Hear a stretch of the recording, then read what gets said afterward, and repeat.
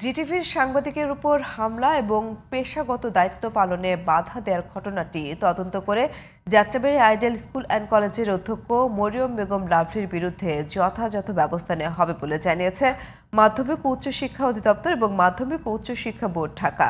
শিক্ষা প্রতিষ্ঠানে সাংবাদিকদের উপর হামলার ঘটনাকে দুঃখজনক বলে মন্তব্য করেন মাধ্যমিক ও উচ্চ শিক্ষা বোর্ড ঢাকার কলেজ পরিদর্শক প্রফেসর মোহাম্মদ রেজাউল হক। তদন্ত শেষে অভিযুক্তের বিরুদ্ধে ব্যবস্থা নেওয়ার আশ্বাস দিয়েছেন তিনি। রফিক মাহমুদের রিপোর্ট।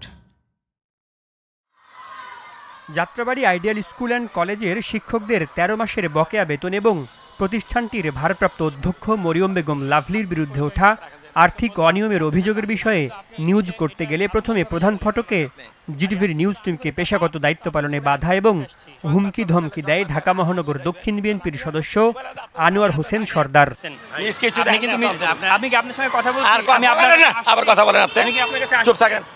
পরবর্তীতে সাক্ষাৎকার দেওয়ার প্রলোভন দেখিয়ে অধ্যক্ষ মরিয়ম বেগম লাভলি তার রুমে ডেকে নেন জিটিভির সাংবাদিককে।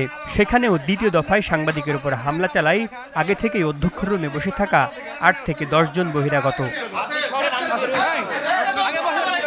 অধ্যক্ষের রুমে জিটিভির সাংবাদিকের উপর বহিরাগতদের হামলার বিষয়টি তদন্তপূর্বক যাত্রাবাড়ী আইডিয়াল স্কুল অ্যান্ড কলেজের অধ্যক্ষের বিরুদ্ধে ব্যবস্থা নিতে মাধ্যমিক ও উচ্চ শিক্ষা অধিদপ্তর এবং মাধ্যমিক ও উচ্চ শিক্ষা বোর্ড ঢাকায় দরখাস্ত দেয় হামলার শিকার সাংবাদিক নিজেই।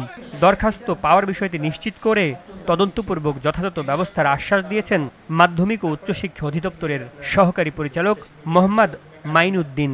আপনার যে অভিযোগটা সেটা আমরা পেয়েছি, যথাযথ বিধিবিধান অনুসরণ পূর্বক তদন্ত সাপেক্ষে ব্যবস্থা নেওয়া হবে। যেহেতু এখানে আমরা তদন্ত করতে হবে, তদন্তের জন্য একটা মিনিমাম সময় লাগবে, নির্ধারিত সময় বলা যাচ্ছে না আর কি। কারণ তদন্ত কর্মকর্তা যখন তদন্ত করবেন তিনি রিপোর্ট দিবেন, তারপরে পরবর্তী ব্যবস্থা আর কি রিপোর্টের আলোকে।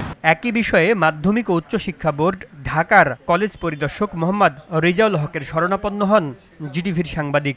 ইতোমধ্যে এ বিষয়ে আমরা সুস্পষ্ট অভিযোগ পেয়েছি, অভিযোগ আমাদের ফাইলে নথিভুক্ত আছে এবং সেটা যথাযথ নিয়ম এবং প্রক্রিয়া অনুসরণ করে এ বিষয়ে আমরা তদন্ত কমিটি গঠন করব।